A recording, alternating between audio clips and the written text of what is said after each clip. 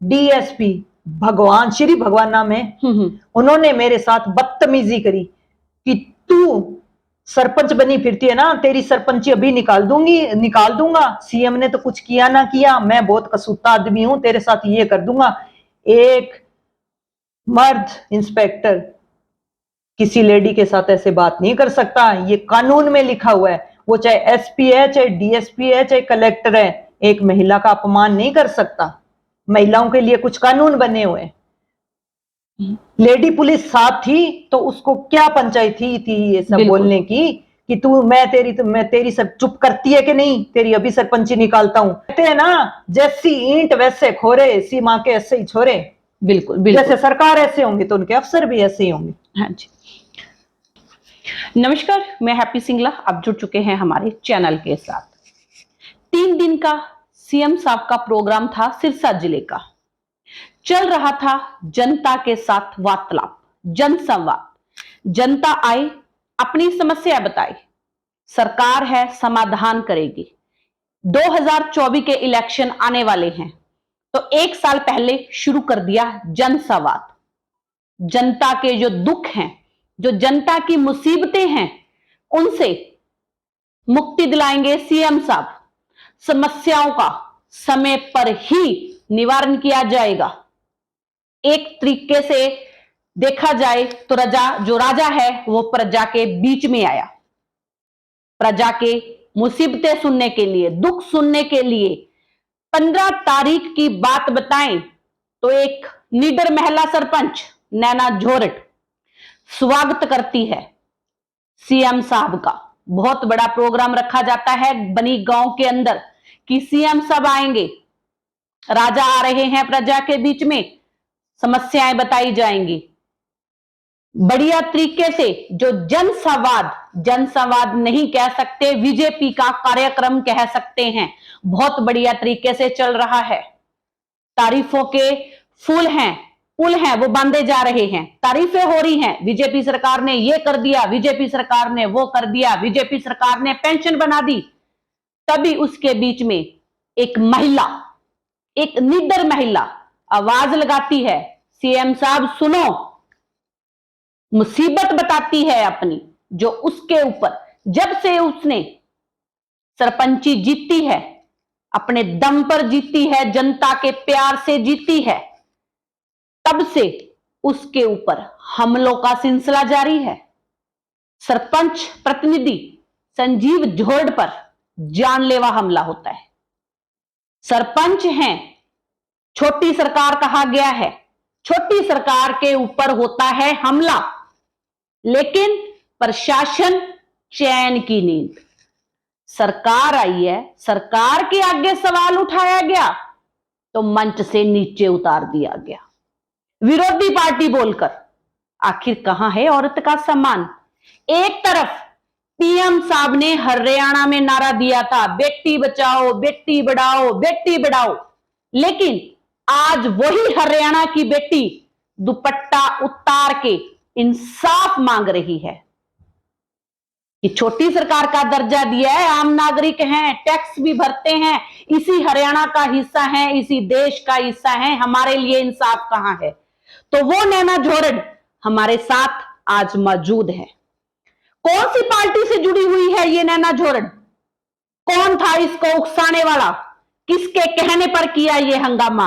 तो आज दूध का दूध और पानी का पानी होगा और जानेंगे पर्दे के पीछे की सच्चाई कि आखिर ये नैना झोरड, पढ़ी लिखी नैना झोरड क्यों आग बबूला हुई, क्यों उसने अपना दुपट्टा फेंका, क्या थी पुरानी रंजिश, क्यों सवालों के कटखड़े में खड़ा किया नैना झोरड को? तो नैना झोरड हमारे साथ मौजूद हैं, करते हैं उनसे बातचीत और जानते हैं पूरा मामला। हाँ जी, नमस्कार नैना जी। नमस्कार मैम। हाँ जी नैना जी, सबसे पहले तो एक ही सवाल पूछेंगे जो बार बार आ रहा है, विरोधी पार्टी क्यों कहा जा रहा है? कौन सी पार्टी से जुड़े हैं? आखिर किसने बोला था आपको सीएम का विरोध करो? मुझे किसी ने नहीं बोला, ना मैंने मेरे को किसी भी पार्टी ने नहीं बोला। एक पंचायत सारे सरपंच भाई जो बिल्कुल सीएम साहब का विरोध कर रहे हैं, सब सरपंचों से ऊपर जाके, उनसे अलग जाके मैंने उनका स्वागत किया है।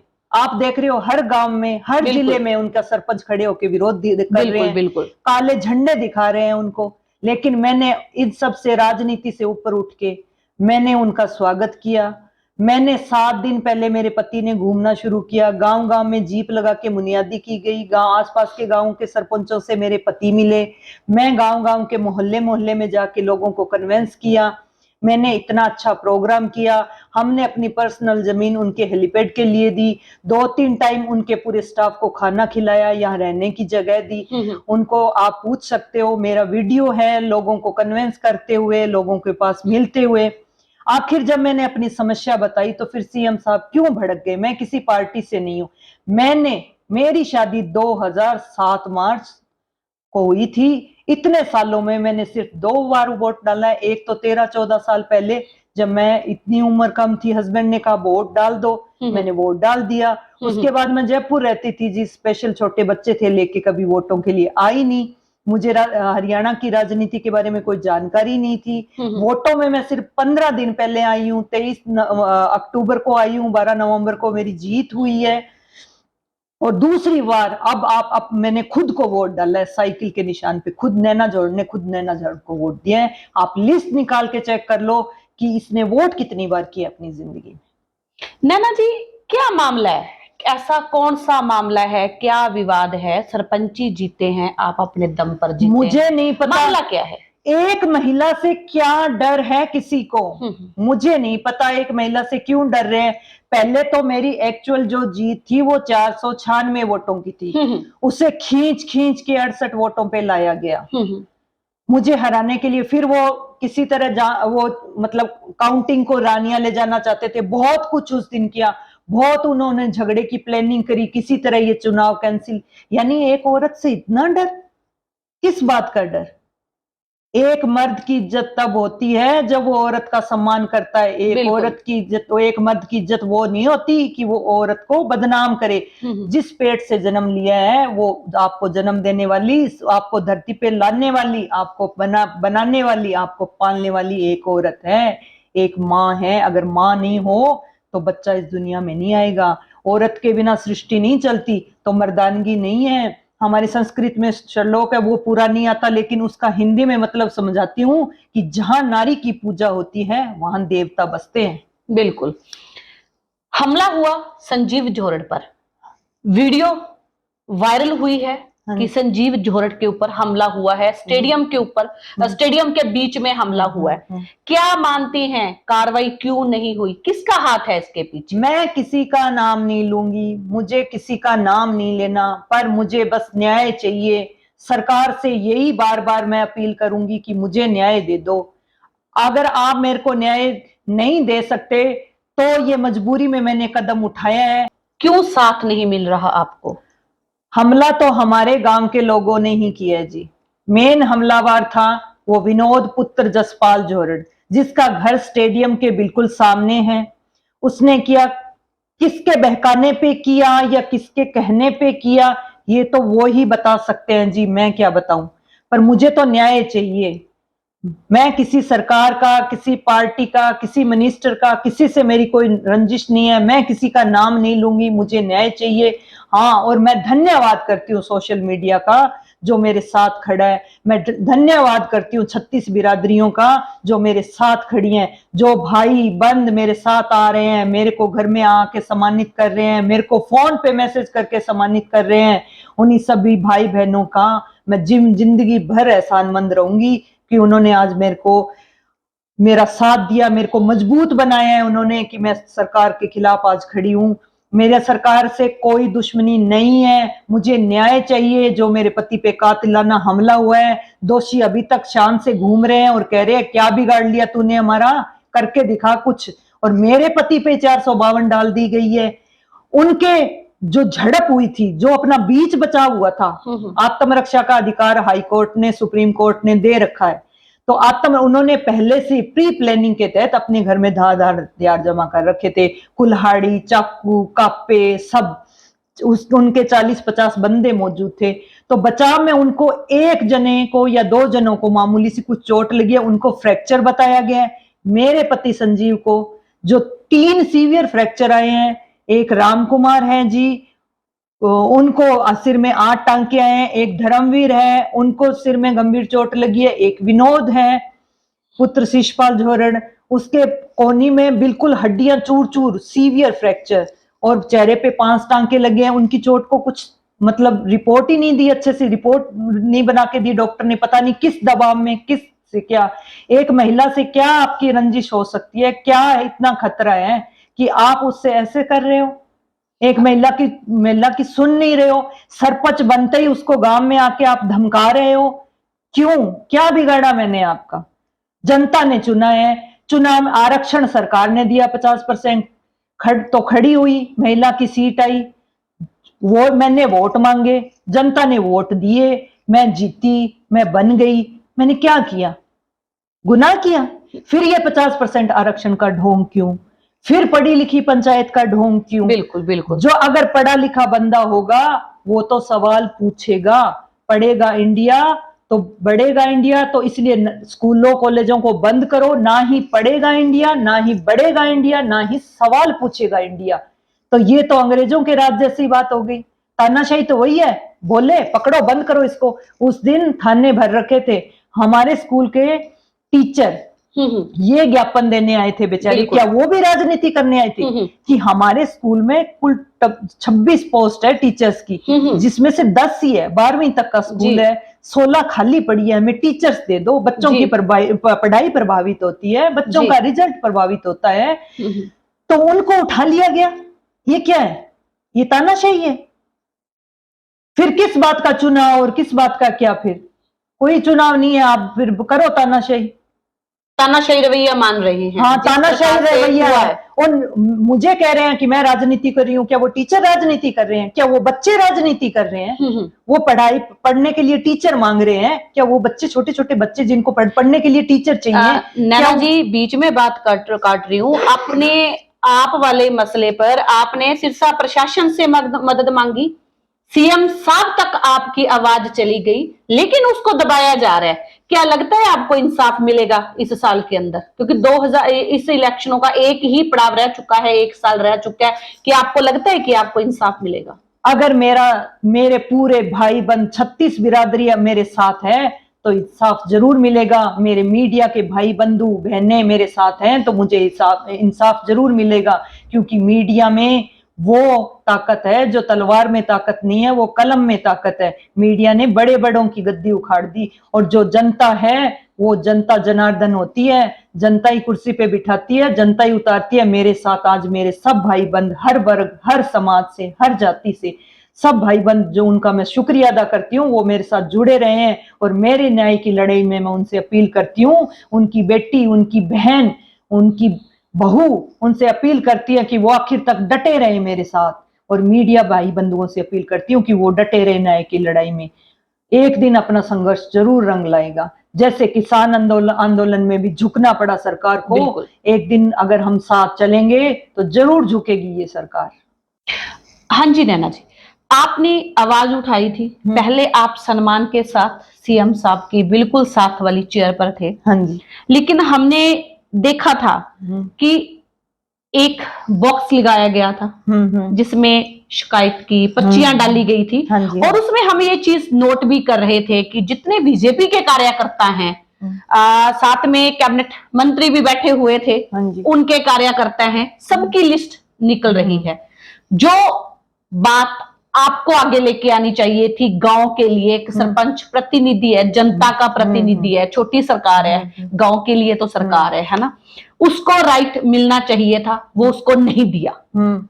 एकदम से आप बोले कि गायनी की व्यवस्था होनी चाहिए, यहां पर बॉर्डर पे बैठे हैं। ये विवाद इतना क्यों बढ़ा? एक सवाल था, क्यों बढ़ा? देखा था उसमें, देख रहे थे, उत्तेजित थे सीएम साहब, कैबिनेट मंत्री भी उत्तेजित थे कि नैना बोली। अब मैं ये कह रही हूँ, एक औरत से किस बात का खतरा है आपको? अब एक औरत से क्यों डर रहे हो? आप बोल ही तो रही है ना, उसके पास चाकू है ना रिवॉल्वर है जो आप पे हमला कर देगी। वो तो एक नियति है, एक औरत है। आप उसके पिता तुल्य हो। मैंने बोला भी था, सीएम साहब आप मेरे पिता तुल्य हो, आप मेरी समस्या सुन लो। हमारा इतना बड़ा गांव है, रानिया तहसील का सबसे बड़ा गांव है, तो आप हमारे कायदे से तो इसको उप तहसील बना के जाना था आपको, इतने बिल्कुल। बड़े गांव को। यहाँ कॉलेज भी चाहिए, यहाँ 10-12 गांव है जो हमारे ऊपर डिपेंड है। गायनी इसलिए चाहिए, प्रसव के लिए गरीब तबके की महिलाएं जब बिल्कुल। है। हमारे खुद गांव में 6600 वोट है, जिसमें से 4400 वोट गरीब तबके के हैं। बिल्कुल बिल्कुल। तो ये अफोर्ड नहीं कर सकते, ना इनके पास खुद की कारें हैं, ना ये प्राइवेट हॉस्पिटल के बिल अफोर्ड कर सकते हैं। बिल्कुल। अगर गायनी भेज दी जाए, फीमेल गायनी नहीं, मैंने लेडी डॉक्टर मांगी है, लेडी डॉक्टर भेज दी जाए, 2 फीमेल नर्स भेज दी जाए, सामान्य प्रसव का सारा सामान उपलब्ध हो, लेबर बिल्कुल। रूम उपलब्ध हो, तो माताओं बहनों को डिलीवरी में अच्छी तरह से उनका प्रसव हो जाएगा। उनको पैसा भी खर्च नहीं होगा, उनको बिल्कुल। धक्के भी नहीं खाने पड़ेंगे। आप आज जाओ, आज हमें रानिया जाना पड़े या सिरसा जाना पड़े, तो रास्ते कितने खराब हैं। फिर वो एक बार तो वो बंदा जुगाड़ करेगा, किसी से साधन मांगेगा। एक महिला जो प्रसव पीड़ा में है, उस टाइम माँ और बच्चे दोनों की जान को खतरा होता है। बिल्कुल। वो उस टाइम उसके घर वाले ढूंढेंगे, किसी किसी कार जीप मांगेंगे, किराए का बंदोबस्त करेंगे, फिर वो उबड़ खाबड़ रास्तों पे लेके जाएंगे, फिर किसी डॉक्टर के नेरे निकालेंगे, जी ऐसे करो। इतने में तो क्या से क्या हो सकता है। बिल्कुल बिल्कुल। एक यही गांव में उपलब्ध हो। ये सारे गांव जो हैं जी हमारे 2-2, 3-3 किलोमीटर के अंडर में है। क्या आपकी ये बात मानेगी? मुझे नहीं पता मानेंगे, लेकिन मैं ये रख रही हूं। वो आएंगे यहाँ पे वो मतलब किसी से साधन लेके, चलते फिरते किसी से लिफ्ट लेके भी आ सकते हैं, क्योंकि बनी ये है, उन गांव के लोग जो है बनी पे डिपेंड है। वो रोजमर्रा की जरूरतमंद का सामान लेने बनी आते हैं, किसी डॉक्टर अपना छोटा मोटा बीमारी का इलाज करने बनी आते हैं। वो यहाँ ही आते हैं, अपना अनाज बेचने यहाँ आते हैं। उन लोगों की आड़त यहाँ है, तो वो लोग यहाँ आसानी से आएंगे। माँ बच्चे की जान बचेगी, या क्या इसमें राजनीति है? मैं उनके लिए मांगा है, मेरी माताओं बहनों को तकलीफ ना हो। एक औरत बच्चे को जन्म देती है तो उसका खुद का दूसरा जन्म होता है, उसके लिए सुविधा करना निरादर किया गया आपका दुपट्टा आपने सीएम के चरणों में रखा। एक तरफ दुपट्टा उठा के आपके सिर पर देना चाहिए था, लेकिन नहीं, आपको मंच से उतारा गया। क्या 2024 में बाईकाट होगा बीजेपी का इस गांव से? हाँ जी, पूरा गांव साथ में है। पूरा गांव साथ में है जी, पूरी झोरड खाप साथ में है जी। झोरड खाप आई है, कल निर्णय लेके गई है कि हम बीजेपी सरकार के कोई भी मंत्री, कैबिनेट मिनिस्टर हो, चाहे एमएलए हो, एमपी हो, उनको जो झोरड खाप के सदस्य हैं वो अपने गांव में नहीं घुस रहे।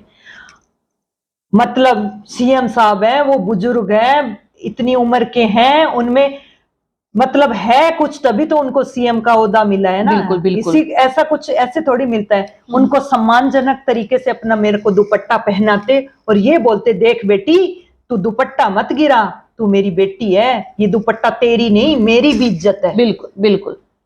ये दुपट्टा ओढ़ तू, क्योंकि ये तेरी नहीं मेरी भी इज्जत है। और ये बैठे वहां डीसी, एसपी, कलेक्टर सब बैठे हैं, आदेश देके जाते हैं इस बेटी की जल्दी से जल्दी कार्रवाई हो, निष्पक्ष जांच। तो इतना ही तो 2 मिनट इतना ही तो बोलना था सीएम साहब को। और सीएम साहब ने क्या परिचय दिया?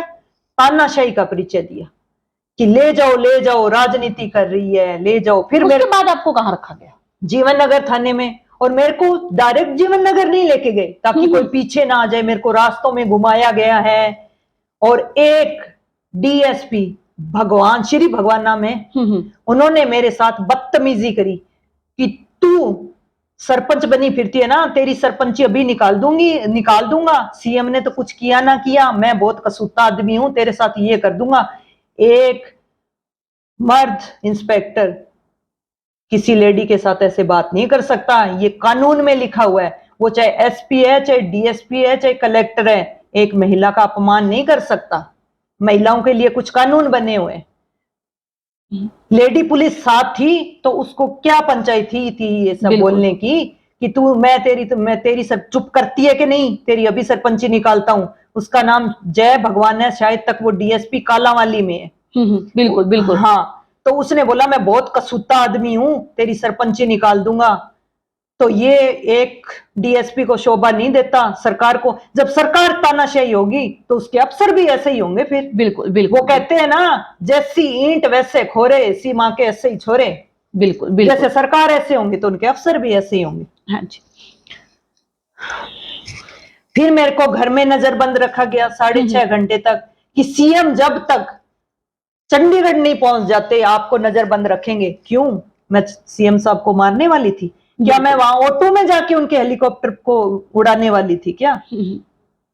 मेरे को नजरबंद रखा गया, जुल्म पर जुल्म हुआ। हाँ, वहां पे मतलब एक महिला चौकी नहीं थी वहां पे, वहां मुझे अपराधियों के बीच में रखा गया जिसका कोई दोष नहीं था, जिसका मतलब एक महिला सरपंच, जिसका एक गांव की महिला सरपंच है, वो उनको उन अपराधियों के साथ जिन्होंने अपराध किया है उनके साथ उनके बीच बैठाया गया, मुझे उनके पास रखा गया। मुझे, मैं बीमार थी, मेरी तबीयत खराब थी, मुझे पानी नहीं पिलाया गया। तो ये थी हमारे साथ सरपंच नैना जोरड़। अत्याचार पे अत्याचार हुआ है और इंसाफ के लिए हम साथ ही एक पोर्टल में एक वीडियो भी आपको दिखा रहे हैं साथ साथ में कि संजीव जोरड़ पर हमला कैसे हुआ था, कैसे उनको नीचा गिराने की कोशिश की।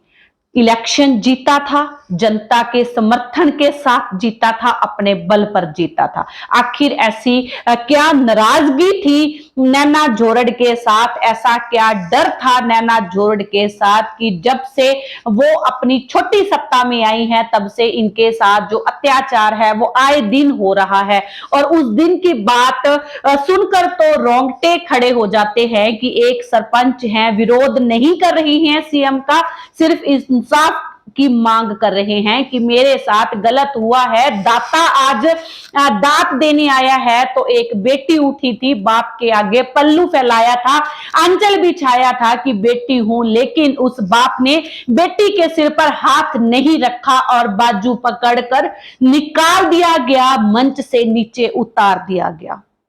क्या यही है सरकार? क्या यही है इंसाफ? क्या यही इसी को बोल सकते हैं कि आजाद देश के नागरिक हैं? आपकी इस वीडियो के बारे में क्या राय है अपने कमेंट में जरूर दीजिए। और ये जो वीडियो साथ में चल रही है, सपोर्ट में उतरे नैना जोरड़ और संजीव जोरड़ की सपोर्ट में उतरे कि जो इनके ऊपर कातिलाना हमला हुआ है उन हमलावरों को सजा मिले और इस हरियाणा की बेटी को इंसाफ मिले, जो इंसाफ के लिए उसने अपना दुपट्टा, जिसको इज्जत बोलते हैं, नारी की इज्जत बोलते हैं, हरियाणा की आन बान शान है चुनरी, उसने सीएम के पैरों के नीचे रख दिया कि मेरे बाप मुझे इंसाफ दो। क्या राय है आपकी इस वीडियो के विषय में जरूर बताना। चैनल को सब्सक्राइब करना, वीडियो को लाइक और शेयर करना ताकि इस बेटी को इंसाफ मिल सके। धन्यवाद।